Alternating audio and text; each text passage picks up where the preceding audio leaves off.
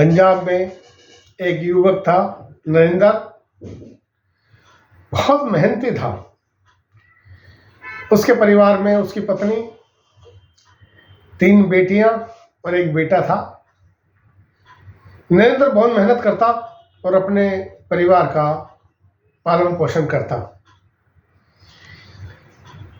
नरेंद्र की बड़ी इच्छा थी कि वो धन कमाए काफ़ी और एक बड़ा घर बनाए, अपने बच्चों को अच्छी शिक्षा दे। नरेंद्र के घर के 2 किलोमीटर दूर एक बालाजी का दरबार था। नरेंद्र का नियम था कि वो अपनी पत्नी और बच्चों को लेकर के उस दरबार में हर रोज बालाजी महाराज को मत्था टेकने जाता था और वहाँ बैठ के हनुमान जी महाराज की पूरा परिवार भक्ति करता था। और कहते हैं ना कि सब्र का फल मीठा होता है। धीरे धीरे नरेंद्र के मन में विचार आया कि क्यों ना मैं ये नौकरी छोड़ के एक अपनी दुकान बना लूं। और उसने सोच करके कुछ धन इकट्ठा किया और एक छोटी सी दुकान ले ली और उसने अपना व्यापार शुरू कर दिया। परंतु उसने अपना बालाजी दरबार जाने का नियम नहीं छोड़ा। वो जो है अपने नियम अनुसार बालाजी महाराज की भक्ति करता और रोज सुबह उनका पाठ करता।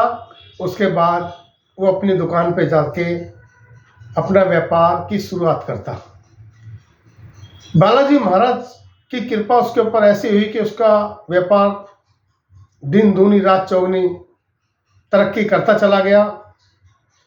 फिर उसने एक बहुत बड़ी दुकान खरीदी। धीरे धीरे उसकी कई दुकानें बन गई। अब वो बहुत बड़ा सेठ बन गया।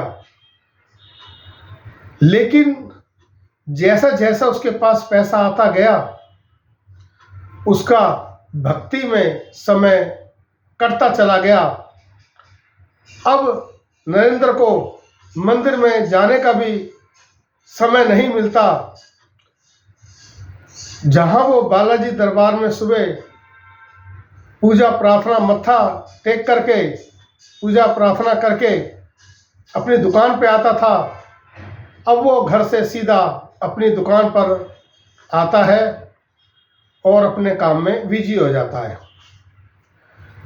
लेकिन एक अच्छी बात थी कि उसने कोई भी उसके पास मदद के लिए जाता तो वो उसकी मदद करता था। उसने कई मंदिर बनवाए,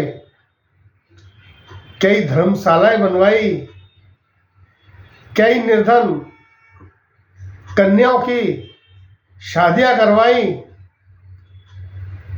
और उसने बहुत बड़े बड़े नेक कार्य अपने धन से किए। और हर मंगलवार को बालाजी महाराज का भंडारा भी करता और पूरा सहयोग से पूरे मन से उस भंडारे में अपना तन मन धन लगाता। परंतु उसके पास अब बालाजी दरबार में, बालाजी के मंदिर में जाकर के भगवान के सामने प्रार्थना करने का और उनसे बातें करने का और उनकी भक्ति करने का उनके पास समय नहीं था। एक दिन उनकी पत्नी ने कहा कि देखो, हमारी सारी मनोकामनाएं बालाजी दरबार से पूरी हुई है। मुझे घर के कार्यों से अब फुर्सत नहीं मिलती। बच्चे भी बड़े हो गए हैं।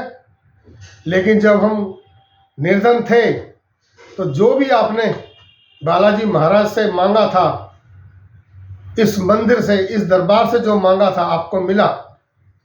तो आपको दरबार नहीं छोड़ना चाहिए और बालाजी महाराज से जैसे कि आप पहले प्रार्थना करते थे वैसे ही आप प्रार्थना करें। सेठ जी ने कहा, देखो अब मेरे पास समय नहीं है।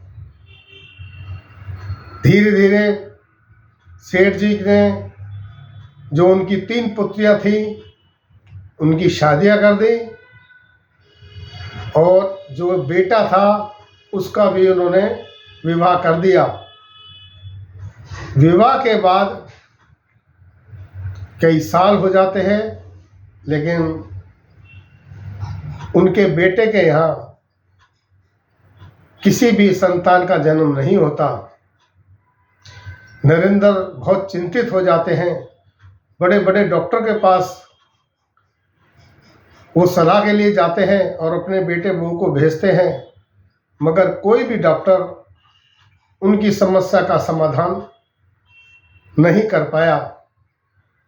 अब नरेंद्र जी धीरे धीरे बूढ़े होने लगते हैं और उनके मन में चिंता सताने लगती है, क्या मेरे जीते जी पोता या पोती का मैं मुंह देख पाऊंगा कि नहीं। एक दिन वो बहुत परेशान हो जाते हैं और उनके कदम धीरे धीरे बालाजी दरबार की तरफ बढ़ते हैं और वो दरबार में जाके बालाजी महाराज के सामने गिड़गिड़ाते हैं कि भगवान, हे बालाजी महाराज, मुझसे बहुत बड़ी गलती हुई। मैंने आपका दर छोड़ा जबकि आपने मुझे सब कुछ दिया है और मैं अहंकारवश आपका दर भूल गया। इस पैसे ने मुझे घमंडी बना दिया। कृपया मेरा दर्द समझे और मेरे घर में मेरे वंश को आगे बढ़ाए। तो मंदिर के पुजारी ने कहा, सेठ जी, जब तुम निर्धन थे तब इसी मंदिर से सारी मनोकामनाएं आपके पूरी हुई। धीरे धीरे आपके पास पैसा आया और आपने मंदिर आना छोड़ दिया।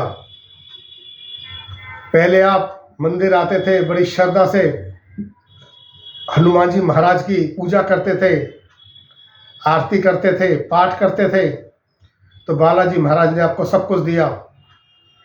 अब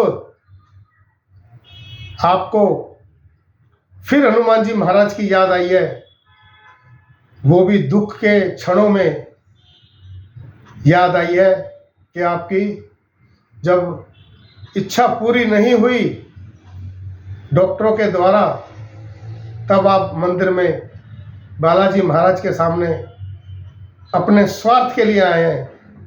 सेठ जी, मैं आपसे कहना चाहता हूँ कि बाबा के सामने निस्वार्थ जाइए और निस्वार्थ होकर बाबा की भक्ति करो।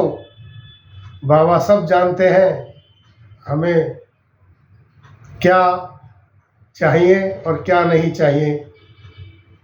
जिसमें हमारा हित होता है हमें हनुमान जी महाराज वही देते हैं।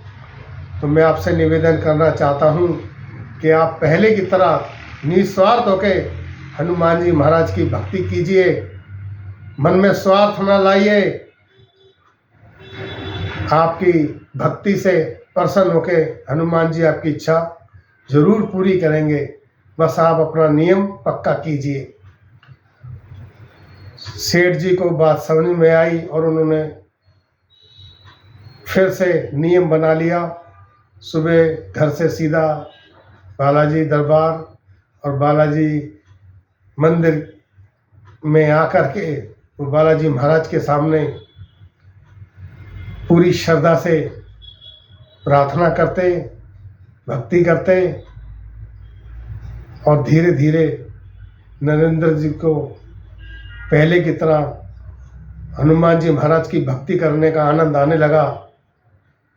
और उन्होंने कुछ वर्षों के बाद कहा कि हनुमान जी महाराज, अब मुझे किसी चीज़ की चाह नहीं है।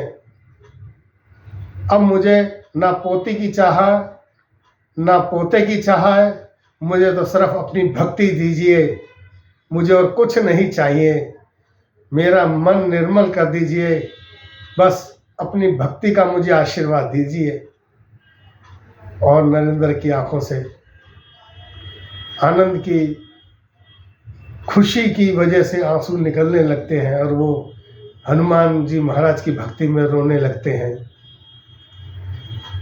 तभी उनके घर से उनका बेटा दौड़ता हुआ आता है और कहता है, पिताजी, डॉक्टर ने कहा है कि आप दादा बनने वाले हैं। नरेंद्र ने हनुमान जी महाराज के चरणों में अपना मत्था टेका और खुशी के मारे बोले, बाबा, पुजारी सही कहते हैं कि आप जानते हो हमें क्या चाहिए। हे बाबा, आपने मेरे दिल की, मेरी जो इच्छा थी वो पूरी कर दी। अब मैं आजीवन, जब तक मेरे में सांस है, आपके चरणों में सच्चे दिल से आपकी भक्ति करता रहूँगा, आपका गुणगान करता रहूँगा। सही कहते हैं पुजारी जी कि हमारे हनुमान जी जानते हैं कि हमारे हित में क्या है और वो हमें देते हैं। बस बात श्रद्धा की है, हमें श्रद्धा का दामन कभी नहीं छोड़ना चाहिए।